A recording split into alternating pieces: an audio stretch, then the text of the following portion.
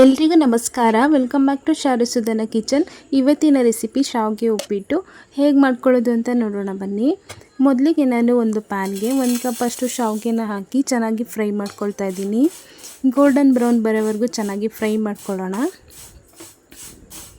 ನೀವು ನೋಡ್ತಾ ಇರ್ಬೋದು ಇವಾಗ ಶಾವಿಗೆ ಚೆನ್ನಾಗಿ ಫ್ರೈ ಆಗಿದೆ. ಇದನ್ನು ಸೈಡ್ಗೆ ಎತ್ತಿಟ್ಕೊಳ್ಳೋಣ. ನಾನೀಗ ಒಂದು ಪ್ಯಾನ್ಗೆ 2 ಟೇಬಲ್ ಸ್ಪೂನಷ್ಟು ಎಣ್ಣೆನ ಸೇರಿಸ್ಕೊಳ್ತಾ ಇದ್ದೀನಿ. ಎಣ್ಣೆ ಬಿಸಿ ಆದಮೇಲೆ 1/4 ಟೀ ಸ್ಪೂನಷ್ಟು ಸಾಸಿವೆನ ಸೇರಿಸ್ಕೊಳ್ತಾ ಇದ್ದೀನಿ. ಹಾಗೆ ಇದ್ರ ಜೊತೆಗೆ 1 ಟೇಬಲ್ ಸ್ಪೂನಷ್ಟು ಕಡಲೆಬೇಳೆ, 1/2 ಟೇಬಲ್ ಸ್ಪೂನಷ್ಟು ಉದ್ದಿನಬೇಳೆನ ಸೇರಿಸ್ಕೊಂಡಿದ್ದೀನಿ.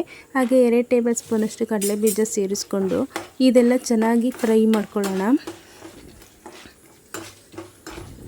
ಇದೆಲ್ಲ ಕ್ರಿಸ್ಪಿ ಆಗೋವರೆಗೂ 1-2 ನಿಮಿಷ ಚೆನ್ನಾಗಿ ಫ್ರೈ ಮಾಡ್ಕೊಂಡಿದ್ದಾದಮೇಲೆ ನಾನು ಇದಕ್ಕೆ 1 ಮೀಡಿಯಮ್ ಸೈಜ್ ಈರುಳ್ಳಿನ ಸಣ್ಣದಾಗಿ ಕಟ್ ಮಾಡಿ ಸೇರಿಸ್ಕೊಂಡಿದ್ದೀನಿ. ಈರುಳ್ಳಿನ 1-2 ನಿಮಿಷ ಚೆನ್ನಾಗಿ ಫ್ರೈ ಮಾಡ್ಕೊಳ್ಳೋಣ.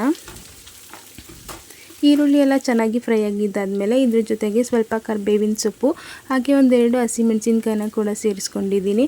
ಹಾಗೆ 1 ಗುಂಟೂರು ಮೆಣಸಿನ್ಕಾಯಿನ ಸೇರಿಸ್ಕೊಂಡು ಚೆನ್ನಾಗಿ ಫ್ರೈ ಮಾಡ್ಕೊಳ್ತಾ ಇದ್ದೀನಿ.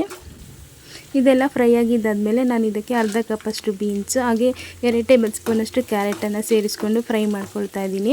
ನೀವು ಬೇಕಿದ್ದರೆ ಈ ತರಕಾರಿಗಳನ್ನ ಸಪ್ರೇಟ್ ಬೇಯಿಸಿ ಈ ಟೈಮಲ್ಲಿ ಸೇರಿಸ್ಕೊಳ್ಬೋದು. ಹಾಗೆ ಇದ್ರ ಜೊತೆಗೆ ಬಟಾಣಿ, ಆಲೂಗಡ್ಡೆ ಇದನ್ನು ಕೂಡ ಸೇರಿಸ್ಕೊಳ್ಬೋದು. ಈ ತರಕಾರಿನೆಲ್ಲ 1-2 ನಿಮಿಷ ಮುಚ್ಚಳ ಮುಚ್ಚಿ ಚೆನ್ನಾಗಿ ಬೇಯಿಸ್ಕೊಳ್ಳಿ.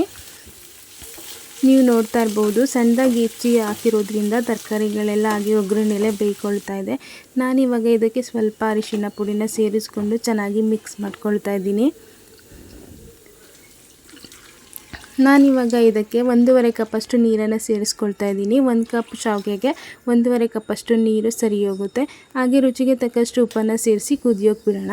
ಇದು ಕುದಿ ಬಂದಮೇಲೆ ನಾನು ಮೊದಲೇ ಫ್ರೈ ಮಾಡಿ ಇಟ್ಕೊಂಡಿರುವಂತಹ ಶಾವಿಗೆನ ಇದಕ್ಕೆ ಹಾಕಿ ಚೆನ್ನಾಗಿ ಮಿಕ್ಸ್ ಮಾಡ್ಕೊಳ್ತಾ ಇದ್ದೀನಿ.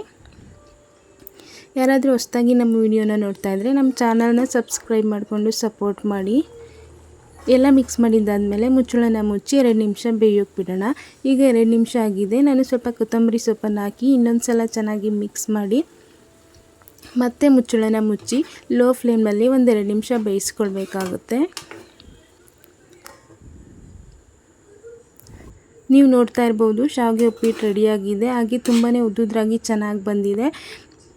ನೀವು ಈ ರೆಸಿಪಿನ ಒಂದ್ಸಲ ಟ್ರೈ ಮಾಡಿ ಹೇಗೆ ಬಂದಿತ್ತು ಅಂತ ಕಮೆಂಟ್ ಮಾಡಿ ತಿಳಿಸೋದನ್ನು ಮರಿಬೇಡಿ.